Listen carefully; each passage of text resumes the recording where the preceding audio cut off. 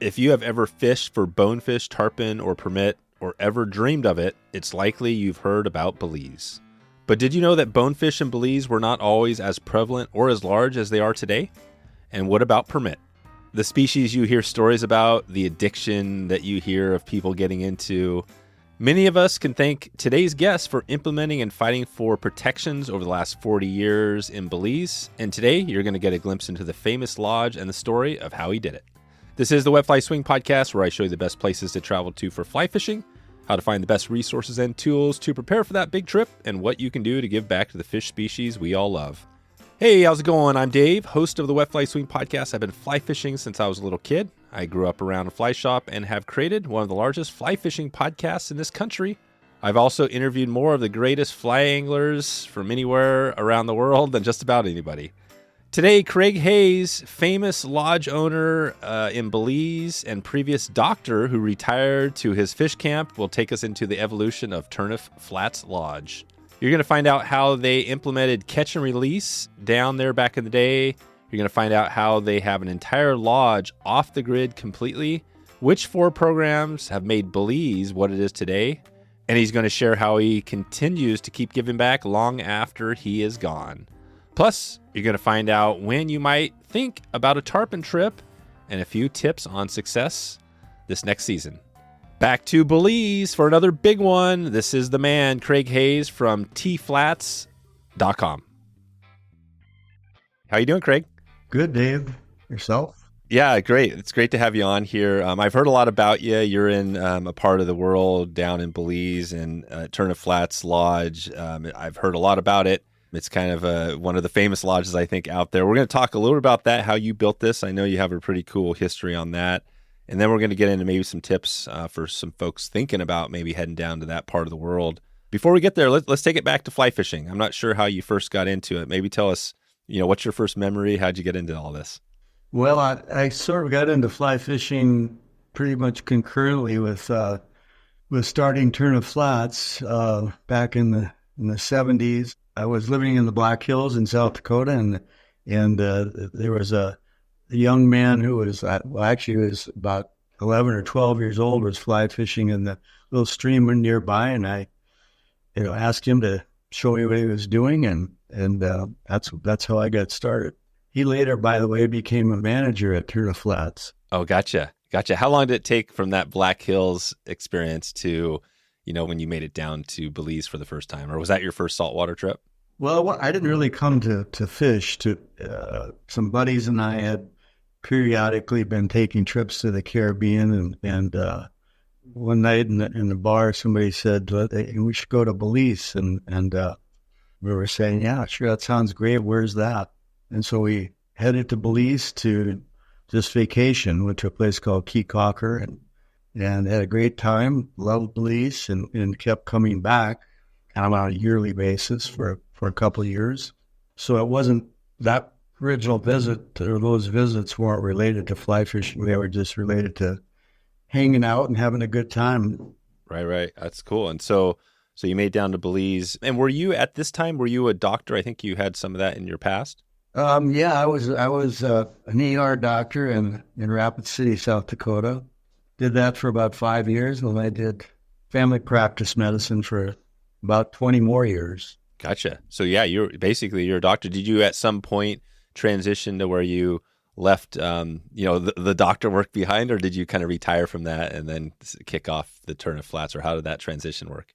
Well, obviously there was a big overlap. We started Turneffe Flats in 1981, and I always say I was too young to retire from medicine, but I quit in 2000 when I was 50, and Turneffe Flats was getting busier, and medicine was frankly I was getting tired of it, and it's somewhat boring, and decided to give up my medical practice and devote full time to Turneffe Flats. That's amazing. And now it's been over 24 years. So you've been doing it now full time more than you were as a doctor, right? How does it look when you look back on it? Did you make the right choice on making that transition?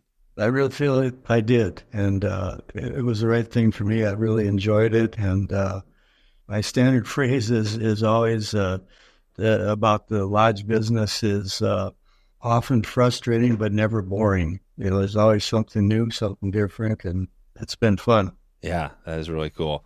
Well, it's interesting because people listening now, I know a lot of people of our listeners are, fishing around the U.S. and maybe hitting trout, bass, all the great species that we have in the lower 48 and Alaska and things like that. But not as many are traveling out to saltwater. What would you say to them, for maybe those that haven't done it yet, maybe Belize or saltwater? What is it that about that area, the area, the fly fishing that makes it so special? Well, I think Turneffe really is very special. As far as the fishing goes, first of all, it's far less developed than many other places in Belize and elsewhere in the saltwater world. But one unique thing about it is it's very diverse. You can literally go from bonefish to permit to tarpon to stook, eat every day if you want to. The transitions are close by and pretty easy, so it's really diverse in that regard.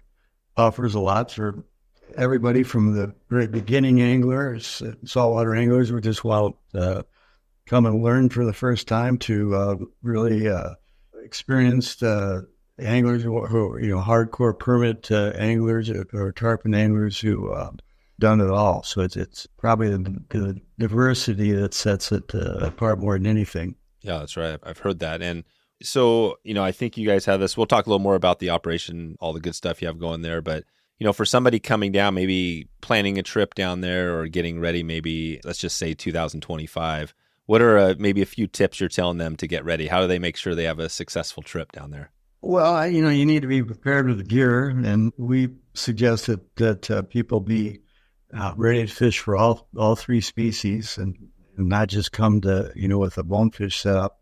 And we have a good rental program available. So if people don't have, 11 weight or a 10 weight, that we can help with that. Other than that, we try to prepare people as much as we can, either by our information ahead of time, printed information, talking on the phone if people need that or whatever to make sure they're prepared. I think one of the really strong points of our program is our guide staff. We don't have a weak guide in the lineup, and we really try to emphasize teaching. A lot of people, as you know, start out in trout fishing and then transition to salt.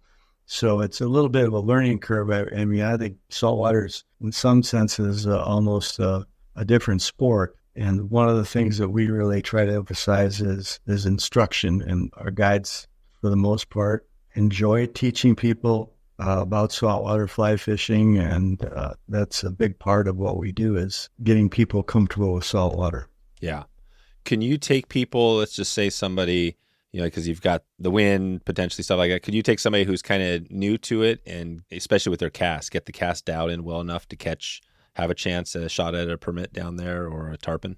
We have people that not only are new to saltwater but have never fly fished, and it's not unusual to have somebody say, I'd like to fly fish, but I'm really comfortable spin fishing, and they start out spin fishing, and by the end of the week they're doing nothing but fly casting. So we do have some places where it's easy to catch bonefish in muds and so on. So that's a good place for new anglers to start and to learn to cast enough to head out on the flats. And it's not unusual. It's fairly typical for somebody to be able to transition from either not doing any saltwater fishing, fly fishing, or in many cases not doing any fly fishing to catching fish waiting on the flats by the end of the week. Wow.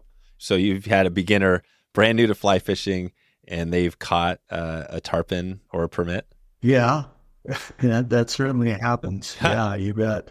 Then at the same time, we have lots of anglers who are, all they want to do is permit fish, and then, very hardcore anglers and spend all day, every day doing that, or tarpon.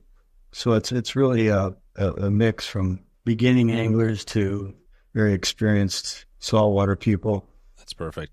It sounds like, people could come down there and, be brand new to it or not a ton of experience and have, a great trip.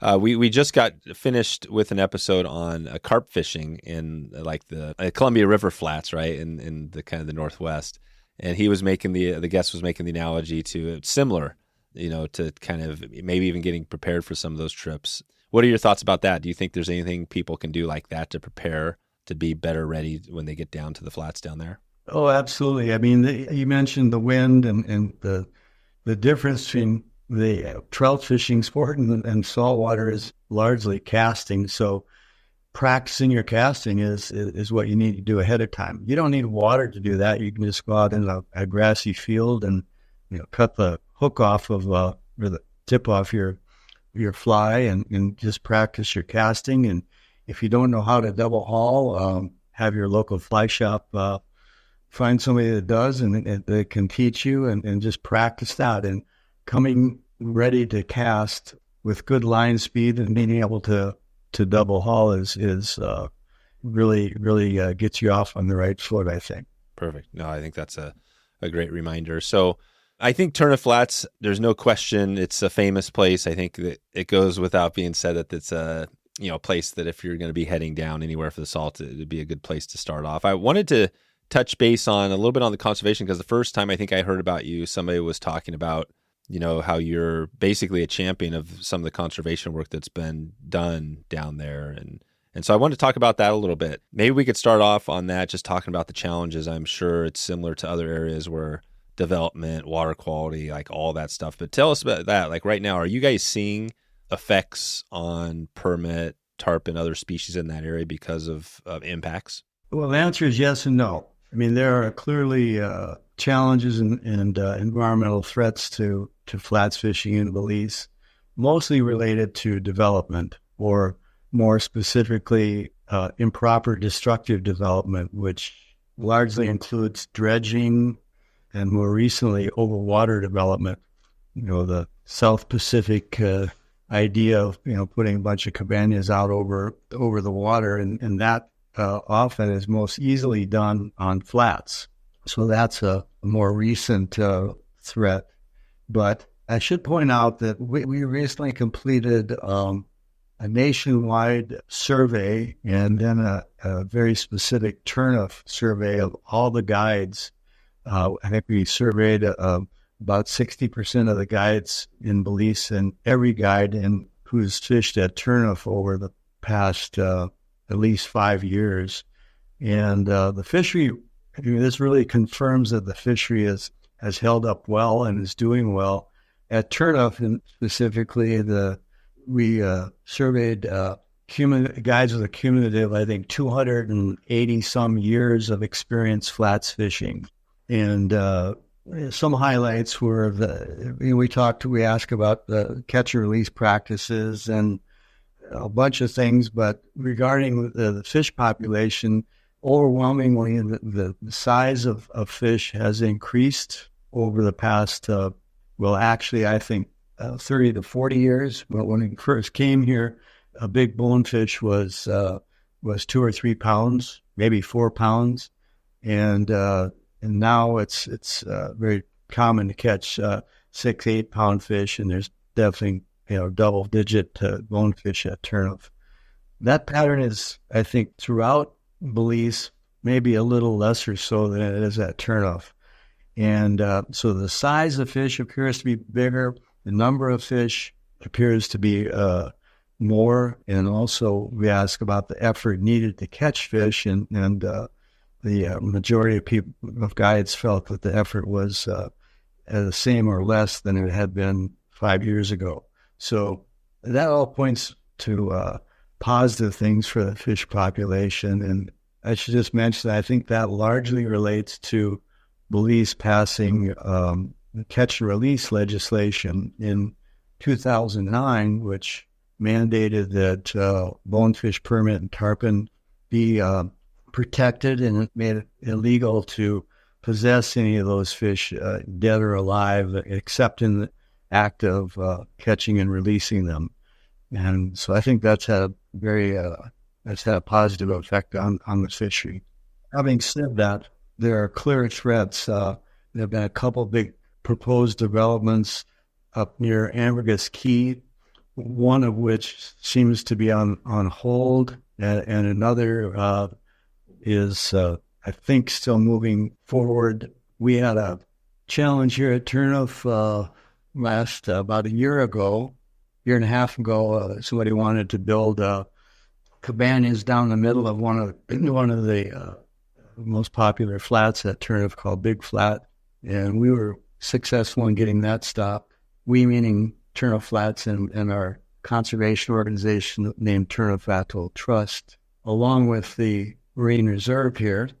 And now there's a big issue down south on a flat named Will Bauer Flat, or they call it Angelfish Key, where somebody has gotten permission to dredge up a significant part of that flat, which is just a travesty. And some of the people that down south, the Garbets in particular, are actively fighting that, and certainly wish them the best.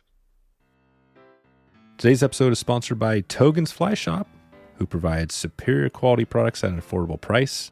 An amazing resource for fly tying materials, tools, and fishing accessories. Since 2005, Togen's has been over-delivering on price, service, and passion. And now you can check out that Togen's buzz for yourself. Right now, you can head over to wetflyswing.com/Togens to get started. That's TOGENS. You support this podcast by clicking through that link to Togen's online. Want to experience a magic trick? On a certain river at a certain time of day, time slows down. Where is this place? Located in the heart of Montana is a place where people go to slow things down, to float down a historic river, and to watch the birds dance across the sky. Watch animals explore the open land, and of course, to fish. If you're looking to slow things down, Helena, Montana is waiting for you. Visit Helena, Montana right now. You can head over to helenamt.com to get a change of pace this year. So going back, and these are all obviously important topics, the catch and release legislation, you were there during that period. What was that like? How did that go through? Because I imagine there's a lot of people, especially some of the local folks, that maybe ate fish. But talk about how that went through. What was the key to success there? Well, I think the real key to success was making the economic argument, and that's been kind of our point of view, forever as far as getting conservation victories. I think you need to make the economic argument to carry the day. Decision makers, government officials have the best interests of their constituencies in mind, and the economics are extremely important. So we've really concentrated on trying to make the economic argument to get things done, and that was really true with the catch and release law. We hired a gentleman, a fisheries economist named Tony Fedler, and we did an economic study on flats fishing in Belize in 2007, 2008 that showed the flats fishing created a lot of jobs and had a very robust economic impact for the country, and petitioned government officials that it made economic sense to protect these three species. And so I think that was really influential in carrying the day. That study showed that I believe that flats fishing in Belize generated or had an economic impact for Belize of approximately $56 million. That same study has been repeated now twice, most recently in 2019, and that number has grown to $241 million annually, Belize dollars annually, has an impact on flats fishing. So, having that information really makes government officials listen, and largely how we've been able to get some things done, starting with the catch and release law in 2009. Wow. So that makes, total sense. The economic impact, I mean, you can't deny that, right? At the bottom line. How does it, I'm not sure how much you know about the politics of government, but I think of, like the U.S., kind of the local, state, federal, government. Is it similar down there? I mean, do you know some key person who's making decisions? Because, I'd imagine, who is that report going to that, who's making the final decision on whether catch and release occurs? Well, in that case, it was the effort was led by the Minister of Tourism and the Minister of I think it was called the Minister of Fisheries at that time. The ministries have changed a bit, and it had to go through them, and they had to be convinced. And they presented it to the cabinet, and it was approved by cabinet, and they passed the law.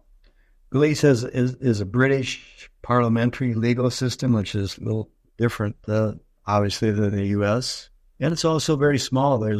When we came to Belize in the 70s, population was just over 200,000 for the country, and now it's somewhere north of 400,000, but still very small.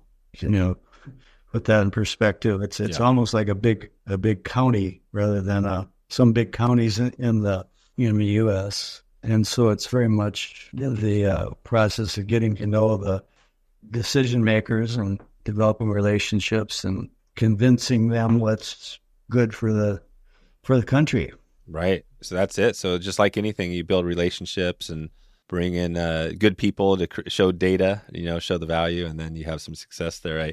I'd imagine, is it the same process to get these other challenges, say the development, the dredging? Is it the same process to get those things taken care of that you did to get the fish, the catch and release? Yeah, more or less. I mean, there's a process for doing development in Belize, and there's an environmental committee that everything has to flow through, and public hearings. And so if something comes up that needs to be challenged, it can be a lot of work. You have to go to the public hearings and make your opposition known or make your points, and you have to respond to the environmental impact assessment, which can be a couple 100-page paper to be responded to. That can be a lot of work, and make your points and challenge them, and it's not easy, but some of these things can be stopped. I should point out that I think we're in Belize. We're in a situation right now where there's a lot of development, a lot of new people interested in developing. I think that's true probably in most tropical coastal areas, but it's certainly true here. And there's a real potential to damage or seriously affect the flats fishing in Belize. And rather than taking on each of these individual projects like we've been doing, like is going on right now with Will Bauer Flat down south, I think we need to go through a process of protecting all of the flats in Belize. And so that's kind of our big effort right now is to, first of all, we've identified the key flats throughout the country. That needs some more vetting from other operators, but we've identified the key flats that need to be protected to protect this industry. We've done this economic study that I've mentioned that clearly shows the rationale for doing this for the country's economy. And then we've also done the survey that I referred to earlier that indicates that unlike some commercial fisheries or other fisheries in Belize, the flats fishery, the fish populations are still healthy and worth protecting. So with that combination, we've gone to the Ministry of Tourism. We've actually gone to the Prime Minister and presented our proposals to Cabinet. Rather than fighting each one of these battles individually, what really needs to be done, as I said, is to map out the key areas and protect those from certain things that right now they have no protection from: dredging, overwater development, probably jet skis, and a few things that would protect this industry. That sounds like a perfect game plan. Identifying the key flats, so you're protecting those, and then I'm sure once those are protected, then maybe also getting back to maybe rehabilitating other areas. But you mentioned also the study on just the economics, and then the survey that showed fishing's getting better to show that actually it's getting, which is going to increase. It's like a business, right? You're going to increase your profits because the product is getting better as you go. And so that makes total sense.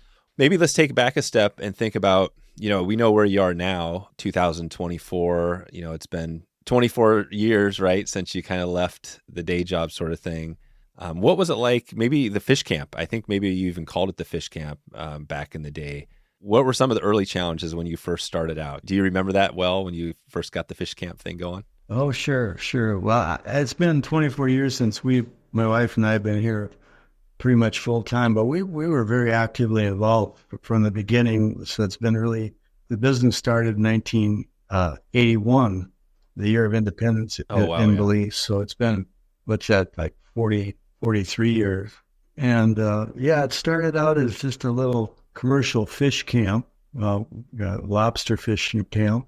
And it's kind of funny how we got interested in this. I saw an article in Sports Illustrated called "There Are Ghosts Out There, Mon," about the ghosts of the flats, and it was about fishing for bonefish at Turneffe. So, as I said earlier, some buddies and I had come to Belize a few times on vacation, and we started talking about, well, we should start a business here, and tourism is going to take off one of these days. There was really minimal tourism at that time. And so I saw that article, and I said, well, maybe we could start a bone fishing lodge.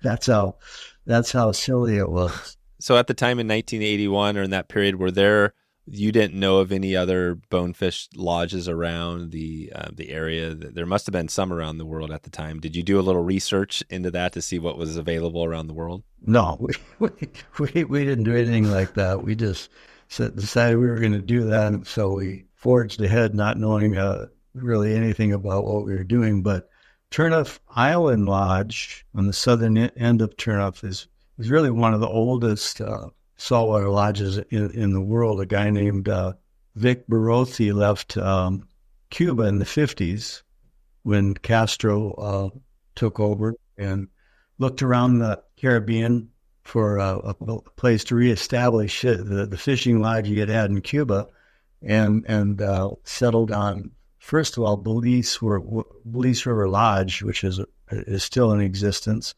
It was called something else then.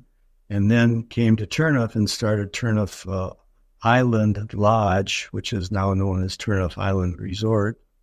And so, that had been in existence since the early 60s.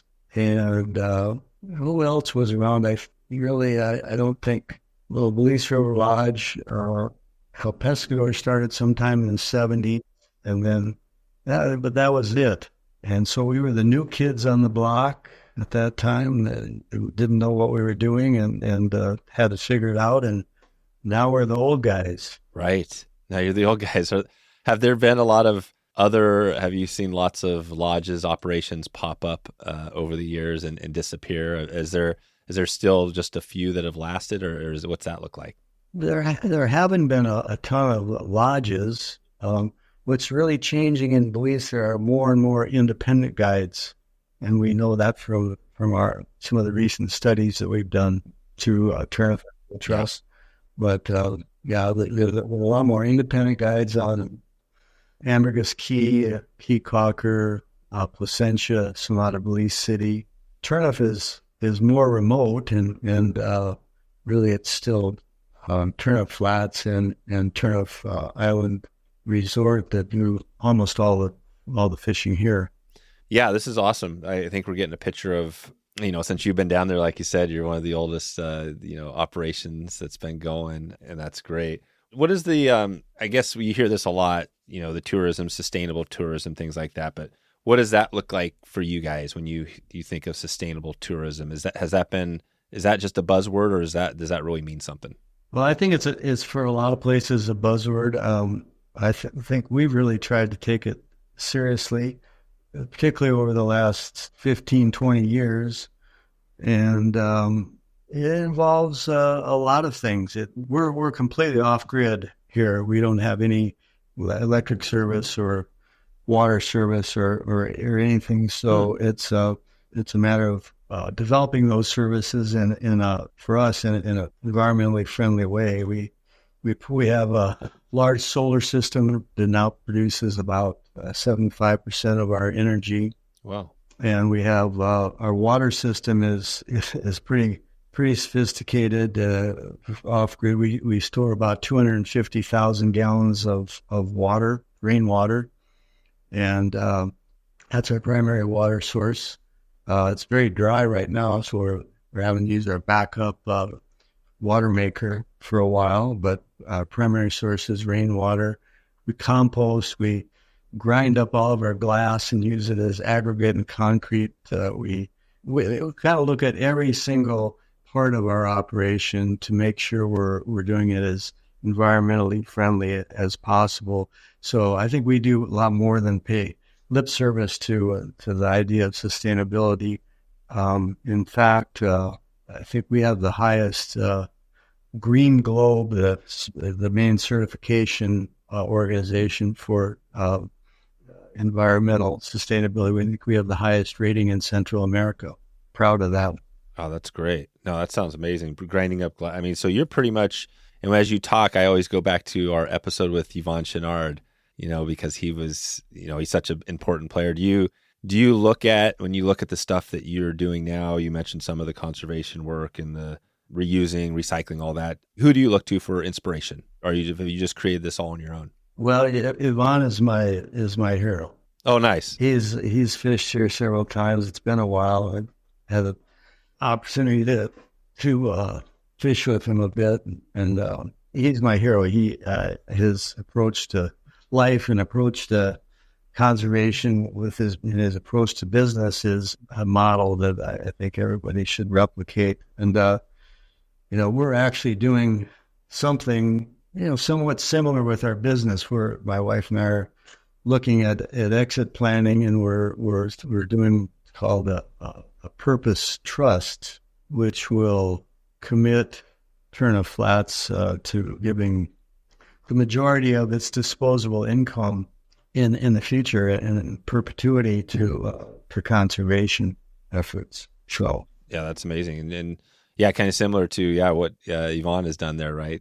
They're in business. I was just looking at the other day, I picked up a Patagonia garment and it says, we're in business to save our home planet. Right. Well, we're not a $500 million business, so it's hard to compare the two. But yeah, I guess the same general concept. I don't really know the details of what they did, but I think the same concept. Yeah. It's time to talk about something that elevates your fishing experience. Stonefly nets. Nestled in the heart of the Ozarks, Ethan, a master craftsman, dedicates his skill to creating the finest wood landing nets. They aren't just tools, they are works of art blending tradition and craftsmanship. Every time I set my stonefly net in the water, it's not just the fish that catches my eye, it's the beauty of the net itself. These nets are tailored to your fishing style with options to customize the size, handle, and even the intricate wood burls. They are a perfect mix of functionality and aesthetic appeal. And let's talk about the memories. Just like Ethan, many of us cherish fly fishing as a way to connect with our past and creating lasting memories. Stonefly nets are more than just nets. They are part of our story, each cast and every cast. Are you ready to make fishing trips unforgettable? Visit stoneflynets.com right now and discover the difference a handcrafted net can make.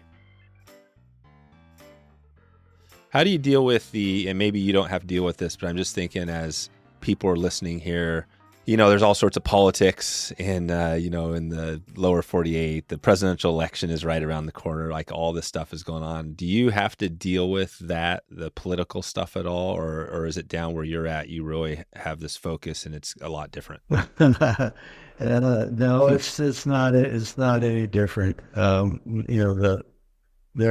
It's a two-party country, which is a little different for a parliamentary system. A lot of countries, say Britain or others, they have multiple parties and they form coalitions to form a government. Here, there's two parties, and so one party had been in power for about 15 years, and they were voted out in 2020. And so, all those relationships you developed over a long time are by the wayside, and you got to sort of start over. But that's life. I think that's true in any country.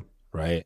Do you find of those two groups, is there one that leans more heavily on conservation of the environment, or is it kind of similar that you really just need to show them the economics and that's what you need to focus on?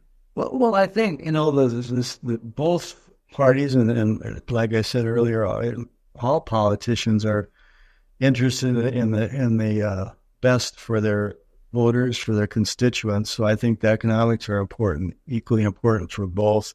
One of the two parties leans a little bit more towards environmental conservation than the other. There's this tug of war that goes on, not only in Belize, but I think everywhere, especially developing countries, between, development and jobs and economic prosperity for the country that brings, and conservation. And, getting the mix right is really a challenge for governments and for decision makers. The situation in Belize is their economy is heavily dependent on tourism. I don't know the exact percentage, but over 50% of the economy is related to tourism. And in Belize's case, it's totally related to the health of the environment. People come to Belize because of the reef and the diving and the fishing and all the activities associated with a healthy reef and also a healthy rainforest. And so getting that mix right between development and protection of the environment is really critical. And certainly it's easy to be critical of, my feeling is that the economy depends on a healthy environment, and that's how that ought to be viewed. But it's easy to understand why decision makers also are interested in development and jobs and all that goes with that. Yeah, I think it's always kind of a balance, right? You can't, I think that's the key, is that as long as you're talking and working together, right, it's never going to be perfect, but that's much better than, everybody just battling and not talking, right? It sounds like you have the good relationship. That's kind of your focus down there, is that as long as you're keeping the conversation going, is that kind of how you look at it? Yeah, we have we have a lot of good relationships, and we have some people that we butt heads with a little bit. People have different points of view. So yeah, you're not going to agree on everything, right? And that's what I loved about that Yvon Chouinard podcast we did, is he talked about his story and the success. I mean, it sounds like what he did was he basically did everything different than everybody else along the way, and he really wasn't focused on the business. He was just doing his thing. And, he told us a number of examples of where he did something that, just kind of hadn't ever been done, or maybe seemed crazy to people, but it turned out to be some of the best moves they've ever done. And yeah, I mean, I'm guessing you down there, what you're doing, I know you are. I mean, you're inspiring other people to understand what you're doing, right? And did you think when you were doing this conservation stuff, were you thinking like the impact to how you could inspire other people, or were you just focused more on, how did that look? Right? I'm just thinking, did you have this all planned out, or have you just kind of been going by the seat of your pants? And more the latter, but I've always been a conservationist, even before we got involved with Turneffe Flats, even from a very young age. But my perspective is our business is totally dependent on a healthy environment, and so it's good business to do what you can to ensure that the environment at Turneffe is protected.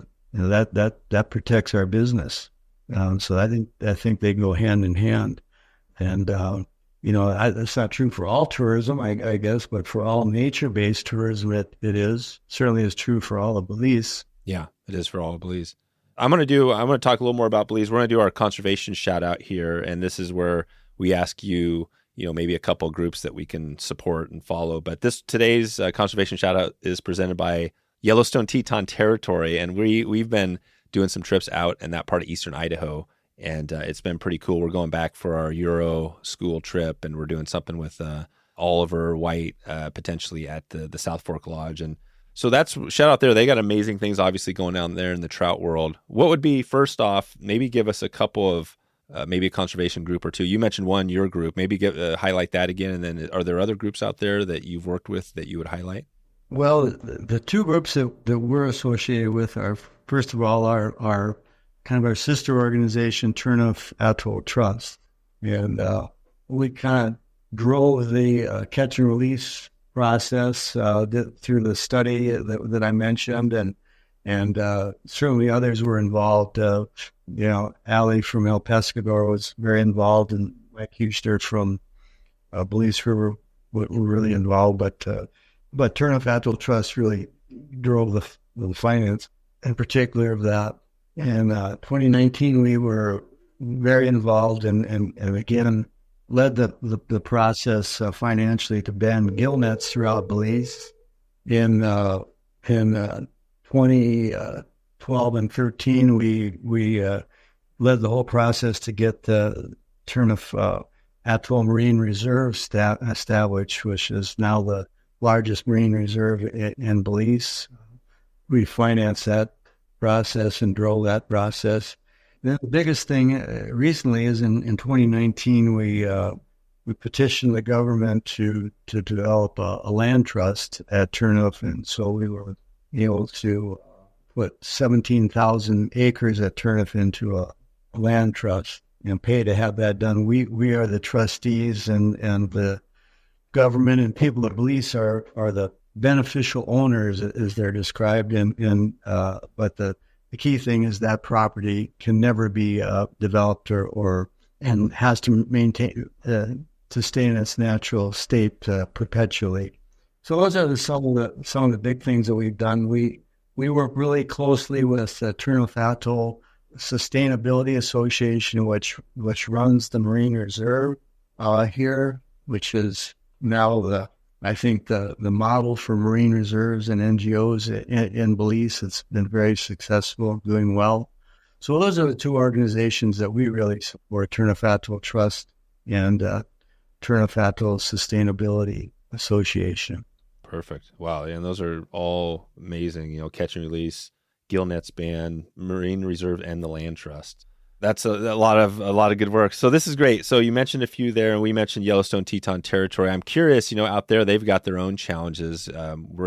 Fishing is amazing. You've got the Henry's Fork, South Fork Snake, some of these places. What would be your advice, knowing the work you've done there, for folks over there that are dealing with challenges? What would you tell them? Any tip that you would give them to help maybe have success out there with protecting the species? Well, I know Oliver, and I don't think he really needs any tips. That's right. Oliver's got some good stuff going. Yeah, he knows what he's doing. But my tip is always consider the economic argument, make the economic argument. I think that's easy to win in most cases if you do it. Yeah. Nice. Well, we're going to take it out of here. We've got a few kind of random ones. I'll kind of check in with you here. And I guess starting off, going back to the fishing. So let's just say we were looking at 2025. We had a group of people that wanted to go fish.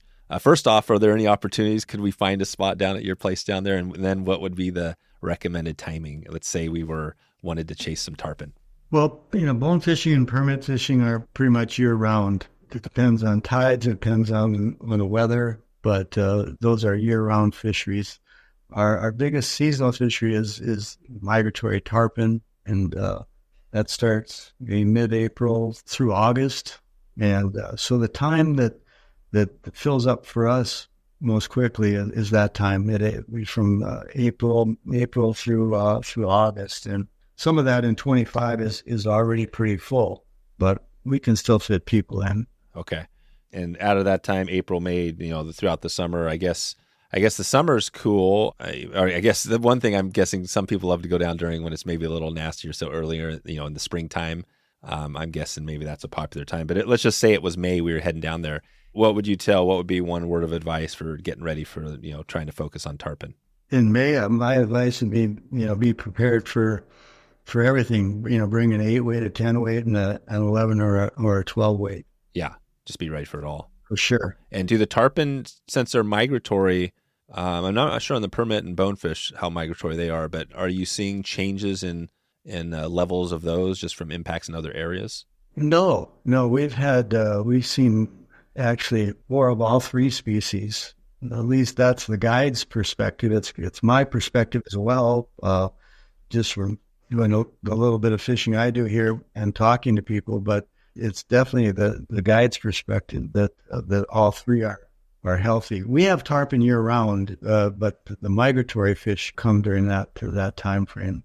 Yeah, we also have a pretty good snook fishery. That is this, when we first came, there were rumors about how great the snook fishery had been, or how many snook there had been around, but they had been all fished out commercially, and now they've really come back.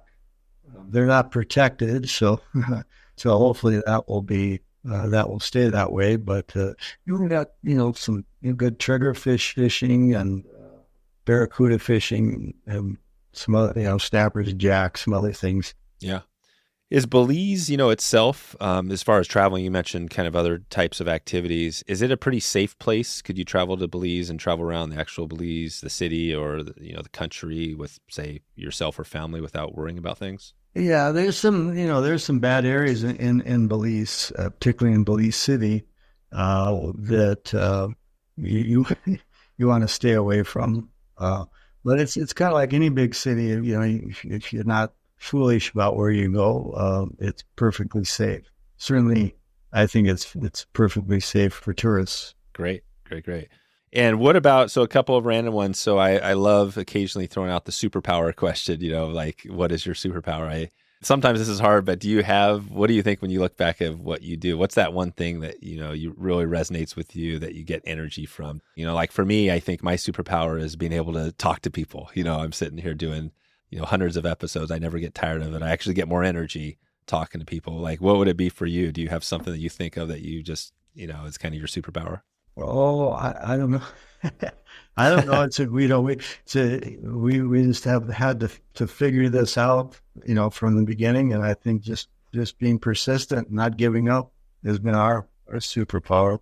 That's it. Persistence. That's a good one. Because you've probably had some times have you ever had a time, in the last, however long it's been, 40, 50 years, where you've thought about giving up? There's been some big challenges and you're like, wow, I can't get over this hump. Well, like I said, often frustrating, never boring. So, there have been certainly some very frustrating times, but I don't know that we've ever really thought about giving up. And so, it's been a real evolution. We started out with one little Honda generator that ran from 6 to 9 at night, and that was it. Oh, wow. To now it's pretty civilized. But, of course, over 40 years, you ought to be able to figure something out, right? It's yeah, you learn. You're forced to learn, right? Yeah, you can do a lot of things wrong and fix them over that time. So yeah.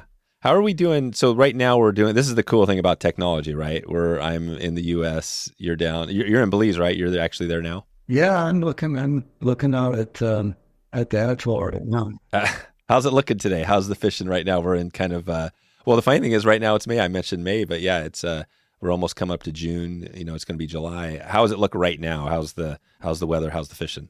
Well, right now we've had a hot, dry spell for about 3 weeks that it set records in Belize for heat.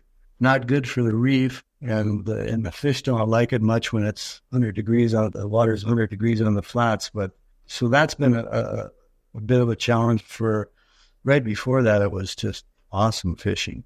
Permit fishing was incredible. So we need a little rain, we need a little cooler weather, and I think we'll have great fishing. Yeah. Out of all those years, you hear a lot about climate change. We've done conservation episodes, talked to people around the country, whether that's Northeast, talking about brook trout, or, you could look at steelhead, all these different populations, and climate change comes up a lot. Do you ever worry about that maybe there's some things there that you can't control? And have you seen any changes with the climate in recent years that have affected what you do? Yeah, I think anybody that doesn't worry about climate change is crazy. But I think the things that we've seen, warming is the most immediate concern. We've had, last year was an extremely warm year. El Nino year was partly or mostly responsible, and then this year is sort of doing the same. So that's really hard on the reefs. We've seen clearly some reef damage related to the heat over the last 2 years, and we're seeing some sea rise. I think sea level rise. We used to see the sand would move around from one spot to the next. Now it just seems to move back everywhere, and I think that's evidence of sea rise. And hurricanes. They just put out hurricane prediction was pretty ominous for this year. So those are some examples. Yeah, right. Well, those are pretty big. And in hurricanes, is that something that you've seen out there? You've been a part of? Oh yeah, we've probably had 8 or 10 significant hurricanes over the years. Knock on wood, season's coming up. And when is that season? Just so we're aware, is there a time when you might want to be wary heading out there? Well, hurricane season is technically, I think, from June 1st to December 1st. So wow. It's half of the year. So, later in the season tends to be more worrisome for Belize. But you never know. Yeah. I mean, it could be any time. But there's, the thing is, these days there's lots of warning for storms, and we have a whole system of watching and being prepared, and we've never had anybody in jeopardy because of hurricanes. We were able to prepare and make adjustments ahead of time when we need to. Probably gotten too good at that, unfortunately. Yeah, that's the good thing. You got the tech to keep everybody updated. So nice, great. Well, anything else you want to give a heads up on Turneffe Flats? I know we've talked a lot conservation here, but I think your name precedes you, right? You guys are doing great stuff. Anything else you want to shed light before we head out of here? Well, I just might mention this is obviously about fishing program, but we have a little high quality eco tour package that emphasizes snorkeling with a bunch of other eco tours, and we have a top quality scuba diving program. So it's we do a lot of trips where part of the family is fishing and part of the family is doing snorkeling or diving. So I just mentioned that. That's awesome. Yeah. So you guys have an operation now. You could take a family if you had a couple kids and, the wife, you can kind of head down there and do that and maybe do a little bit of everything, a little fishing, a little snorkeling. Yeah. Very couples friendly, as they say. Nice. Okay. Well, that's great to hear. I think we can leave it there, Craig, for today, and we'll definitely keep in touch with you. Just want to thank you for all your time today and, all the great work you've done. We highlighted today. That's what I'm excited about, all the great. I think it is an inspiration for people listening. And definitely if people haven't checked out, Belize, I think you guys have one of obviously the great operations. So thanks for all your time today. Thank you, Dave. Pleasure. Whoa ho! That was a good episode. Great to hear the 4 pillars that Craig talked about and just the passion. And you could hear that in this episode. Great work, Craig. Awesome to have you on the show. If you like this episode, if you want to hear more episodes similar to this, reach out to me and let me know. You can send me an email anytime, dave@wetflyswing.com. And if I haven't heard from you before, that's the easy way to check in with me and let me know you're listening to the show. Would be great to talk. We are launching something very soon, and it's called The Shop. This is Wet Fly Swing Pro, where we're going to be taking the podcast to the next level. We've got a bunch of great things going on. We're kicking it off with a pro version that's going to be just for a few individuals who want to jump on this in the first kind of beta phase. Check in right now, wetflyswing.com/pro. You can also send me an email, as I mentioned before, dave@wetflyswing.com. And just let me know you're interested in hearing more about Pro. We're calling it The Shop. This is where we're going to stop by, stop down. We're going to plan trips. We're going to get some resources and tools to take things further. It's going to be essentially a place to hang out when you're not on the water. That's the goal. If you're not listening to this podcast, it's a way to take it to the next step. All right. We will be following up with you soon on that. We've got another great episode coming up this week. We're talking to Smith Optics. And we're going to dig into what you need to know about getting a pair of glasses. We all know that polarized glasses are keys, and if you know about Smith, or if you don't, you're going to find out more about what they offer and some of the good stuff there. All right, time to get on to the next one. I appreciate you for stopping in today, and I hope you have a great afternoon, a great evening, or a great AM in the morning if it's morning, and appreciate you again for stopping by. We'll talk to you soon. Thanks for listening to the Wet Fly Swing Fly Fishing Show. For notes and links from this episode, visit wetflyswing.com.